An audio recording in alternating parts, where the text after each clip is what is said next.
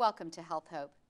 We know your health is important, so we have designed this program especially for you.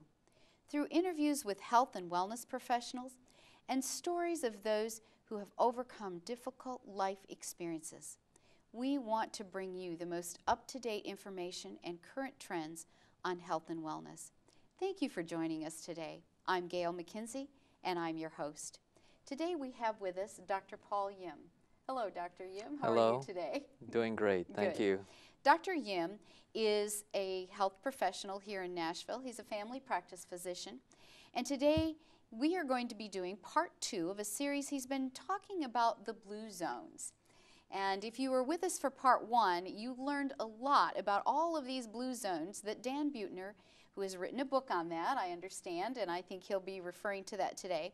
And he has told us about people who have lived a long and healthy and well life, right? And so today I'm going to be asking him some questions, getting a little more information in part 2. So my first question for you, Dr. Yim, would be, what is, if you could just name one of the most significant things that Dan Buettner learned from this blue zone study? Well, it's hard, Gail, to pick just one. Okay. At the end of the book, he did summarize 9 lessons that he had learned from the blue zones. Now, when you look at health and wellness, what I like to look at is holistic health, and that will be really the topic of my final presentation, which will be coming up, called Total New Start, Total Body Health. But just to briefly answer your question, if you had to pin me down and make me pick one most important factor, I would say it would be very close tie between the physical activity, exercise, and the diet. But really, when you look at blue zone characteristics as well as the New Start concept, what you find is that all of the pieces are synergistic, and so they compound and they add to one another, so that the whole is greater than the sum of the parts. But if you had to pick one, it would be that. In years past, several decades ago, they said smoking was the most damaging to your health. Now it's well known that it's actually the obesity epidemic, the foods that we're taking in and the lack of exercise. So I would say it's a tie between the diet and the exercise. I will tell you that the exercise can forgive you for many dietary slip-ups. But keeping that in mind on one hand, on the other hand, for the average person out there, the average viewer, it is almost impossible to out-exercise a bad diet. What I mean by that is, for example, except for my patients that are like professional kickboxing instructors that just go hour after hour every day, for the average John Doe off the street, how many minutes a day do they exercise, really? And then on the other hand, you look at, okay, 1 can of Coke, let's say, take an example, is 140 calories. For you to work off those calories on a treadmill, just walking on a treadmill, you would have to walk 35 minutes for every can of Coke you drink per day.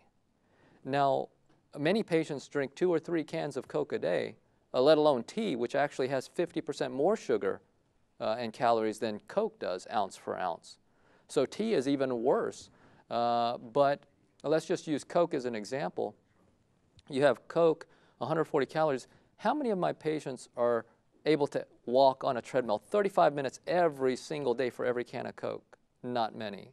So what you're telling me then is, I have a friend who she runs on the treadmill, but she always she does it so she can have her ice cream every night. But you're telling me that she would have to really run a lot and be very consistent even to really kind of overcome the negatives of eating ice cream every night, right? That's right. That's why I say you can never out-exercise a poor diet. You've got to change the diet first. So generally, a good rule of thumb I tell patients is diet is worth between 3 and 5 times more than the exercise, just because there aren't enough hours in the day to out-exercise, say, a burger and fries and such, let alone the sugar drinks. Right. Well, so then maybe we need to talk first about the diet.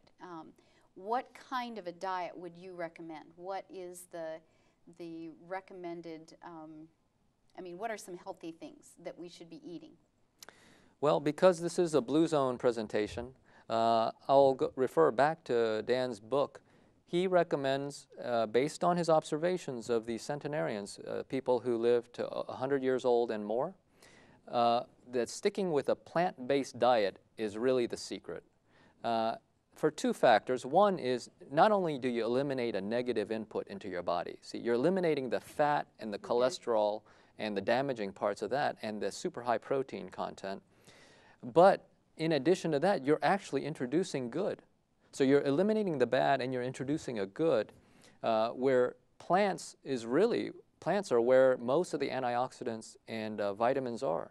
So it's a win-win situation. Absolutely. So you're doing double duty. You're doing twice as good for yourself by eliminating that and introducing lots of plants.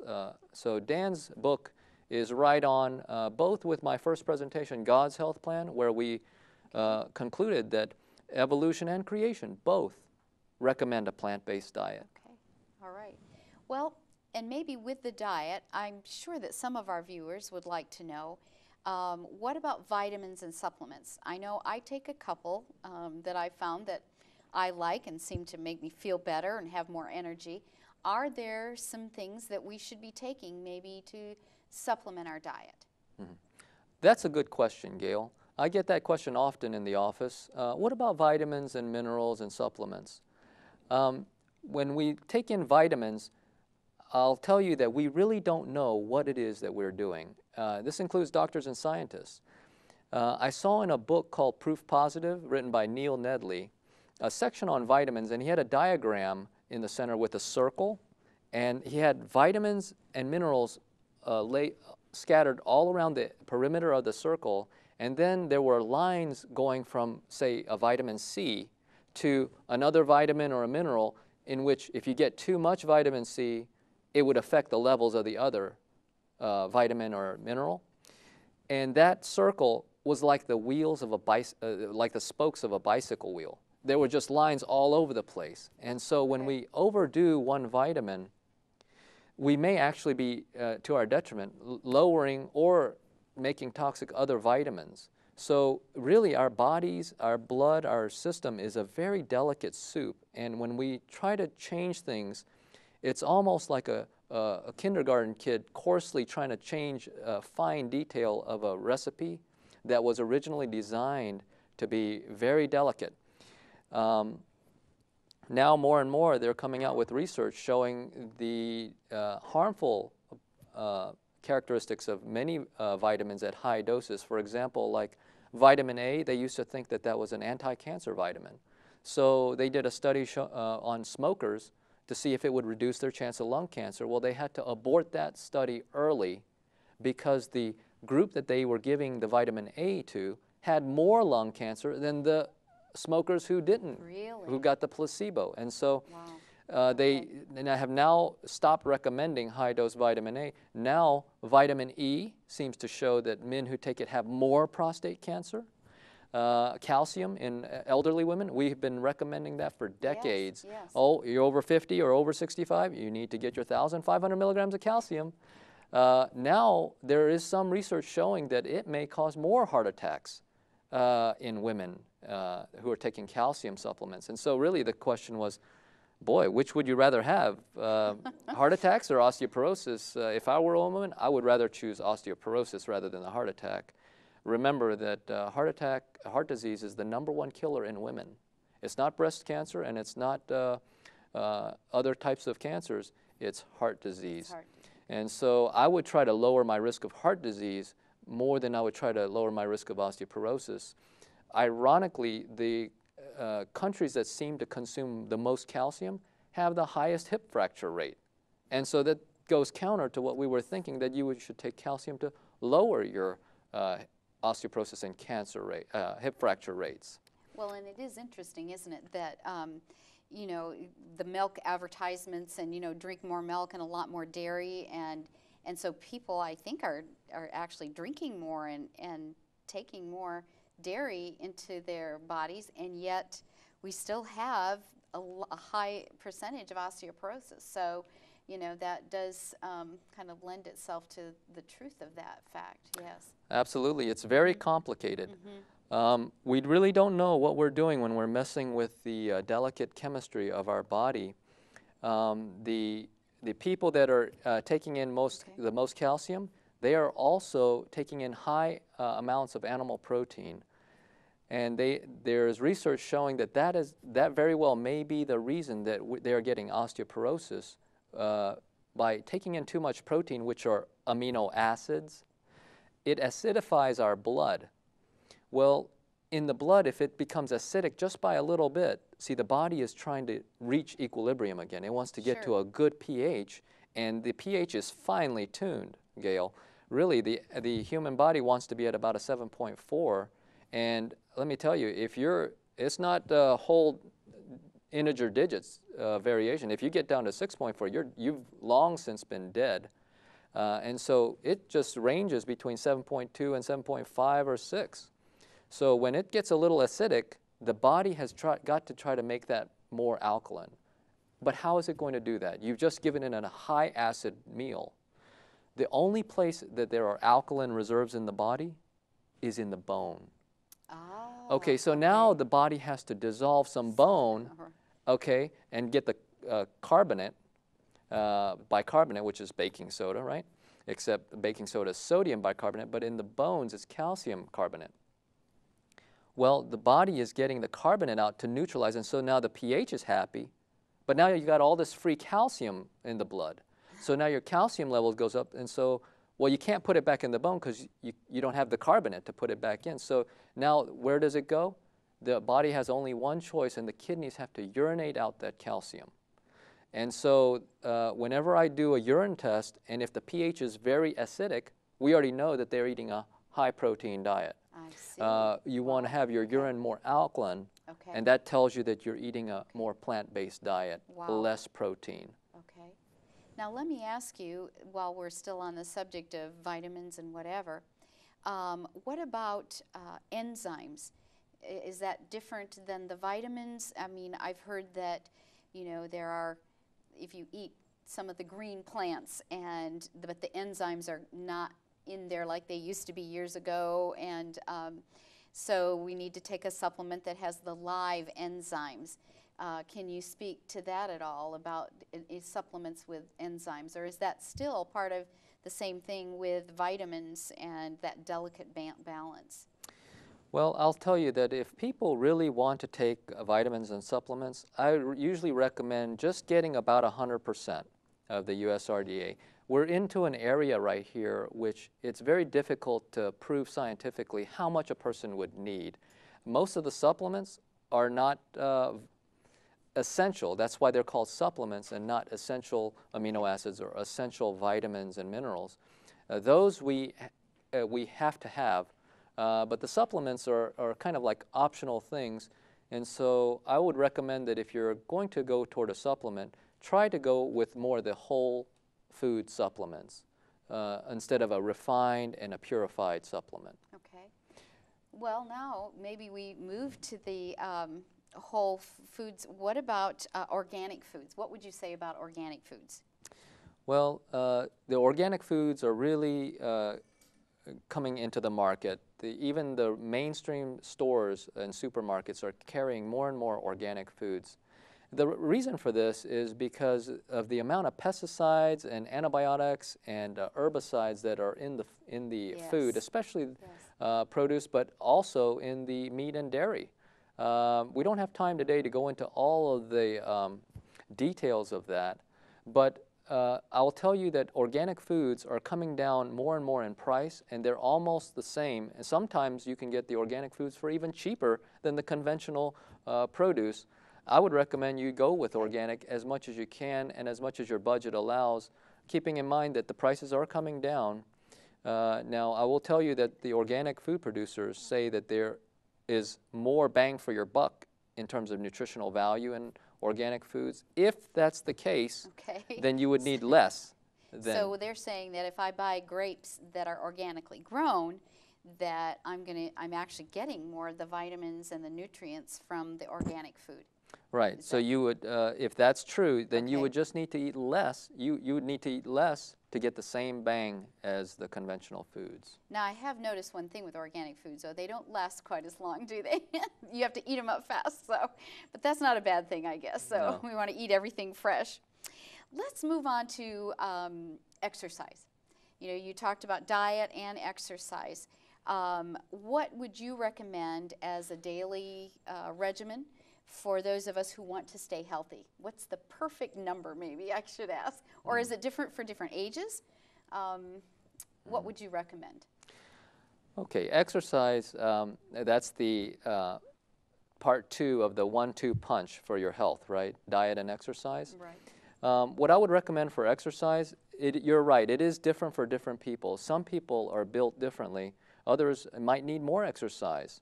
Also, age ranges differ. The best thing is what Dan Buettner mentioned in the book. One of the lessons is just make it a part of your daily life. Don't have to carve out, oh, this is my exercise time. Make it a part of your life so that you don't really think about it. It's just part of your daily routine. That would be good. I will defer most of that question, Gail, to the next presentation, Total New Start, in which we'll cover that in such detail that it's almost foolproof.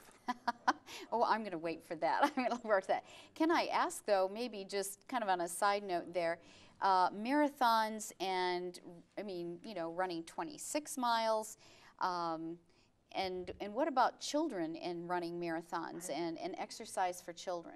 What would you recommend, or what would you say about that? Regarding exercise, I would recommend that you follow Dan Buettner's recommendation, which is calling for moderate, low-intensity exercise. Now, if someone is doing marathoning, I sure hate to discourage them when our country is full of people who are sedentary and we're trying to get the nation moving and active. But the high-intensity, high-impact exercises, they tend to bring on arthritis before its time. And so I would recommend moderate, low-intensity exercise, and we'll go into it in very good detail in the next presentation, Total New Start, Total Body Health. And so please don't miss that program.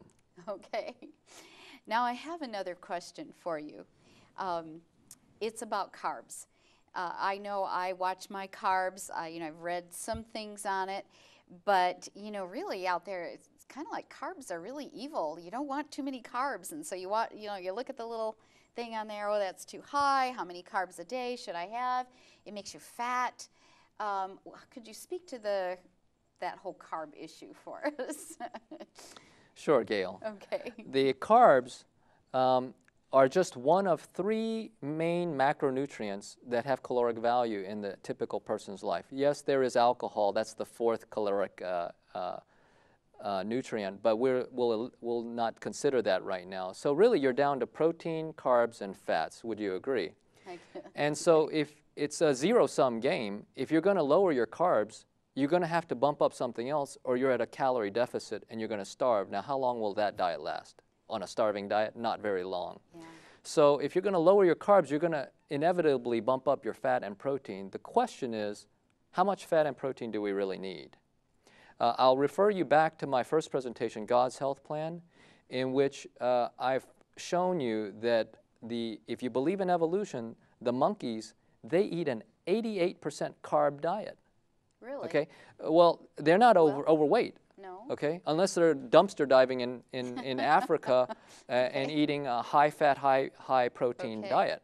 Okay. So you really only have a choice between carbs, protein, and fat. The recommendation for protein is only about 5 to 10% of your calories per day. And fat, we know that if you say at 10% or under per day, that would almost guarantee that you cannot develop heart disease if you're at under 10% fat per day. That's shown by the Pritikin diet.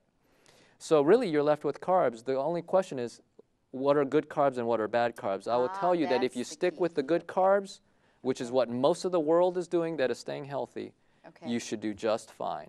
So could you name just a few good carbs here just before we close?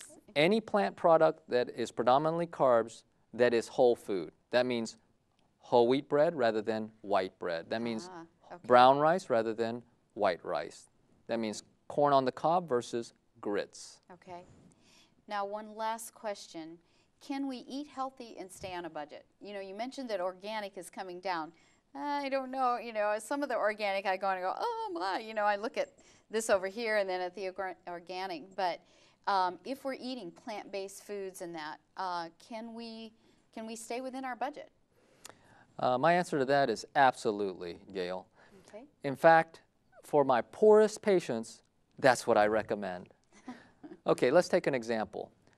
If you get brown rice and dried beans, every serving is costing you probably a quarter. That's less than the tax on your Happy Meal. So if you have to decide between eating healthy and eating unhealthy, there's no other way except to eat healthy to save on a budget. That's why the saying is, oh, I'm having to eat beans and rice. Well, that's actually good for you. We've been talking today with Dr. Paul Yim, family practice physician in Nashville, and we've been doing part 2 of his series on the Blue Zone. So I want to thank you, Dr. Yim, for the information you've given us today, and I hope that our viewers have learned a lot and that you will be sure and tune in for part 3, the last of all of his series on the Blue Zone. So remember again, that's going to be part 3. And remember, health is the goal and hope is the anchor. Air, it can't be seen, but we can't survive without it. It is the breath of life. In 1875, a group of explorers launched a hot air balloon called Zenith. Their goal was to set a world record by reaching the highest altitude levels ever attempted. They succeeded by reaching 28,000 feet, but of the 3 men manning the balloon, 2 died due to a lack of oxygen. The tragic experience was a solemn reminder that a person can live for weeks without food, days without water, but only minutes without adequate oxygen. It is a basic ingredient to life's existence. When we think of air, we think of oxygen, but air is only 21% oxygen, with the majority being 78% nitrogen and traces of other gases and water. And of course, air quality can vary greatly. Clean, fresh air comes from the purifying of nature itself. Did you know air is purified and energized by storms and lightning, by green plants, trees, running water, sunshine, oceans, and sand? Unfortunately, clean air is often polluted by industries, car exhaust, and smoke. They add gases, acids, dirt, dust, germs, and ozone to the air. Some of our body's reactions are burning eyes, runny nose, headaches, coughing, fatigue, various diseases, and even negative emotions. So, how can you protect yourself and your family? Here are some tips. First of all, move to the country. Consider a less polluted place. Remember, it's nature itself that helps to clean and revitalize the air. Now, this may not be a possibility for you, but what you can do right now, where you are, is circulate the fresh air in your home at least once a day. If smog is a problem, air your home early in the morning or after sundown. Keep at least 2 windows open for cross ventilation, and in the winter, it may seem a waste of heat, but you will be rewarded with better health. Another suggestion is the use of houseplants. Bring nature inside by keeping houseplants. Place at least 1 plant every 100 square feet of indoor space. That's the recommendation. And for those who love the fresh night air, sleep with your window open. You will wake up refreshed and feeling better than ever. And of course, a simple way to keep the air clean is to ban indoor smoking. There are also, believe it or not, protective foods you can eat. They include rich reds, leafy greens, blue purples, and deep orange-colored plant foods. Be sure to get some at each meal you eat. And finally, refrain from wearing tight clothes that hinder or restrict your lungs from expanding fully. Watch your posture.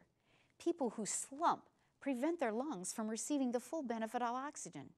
And make sure to get plenty of outdoor fresh air as you exercise in nature and sunshine each day. Thank you for listening. This has been a Health Moment. Today I have a very special invitation for you. I hold in my hand a flyer. It is inviting you to a health lecture series called Healthy Living. It's going to be in Madison, Tennessee, held at the Middle Tennessee School of Anesthesia. They're going to cover topics like blood pressure, cancer prevention, understanding depression, and even how to preserve your memory. That would be a great one, I think, to attend for sure. It begins September 8th and goes through October 6th. It's going to start September 8th and will be every Saturday afternoon at 2:30 through October 6th. Now remember, that's September 8th through October 6th in Madison. And I know that you're not going to want to miss one of those lectures. So for more information, you can call this number, 615-859-1391. Now remember, that's 615-859-1391. Or if you would like more information, you can email us at healthhope@live.com. Now that's healthhope@live.com.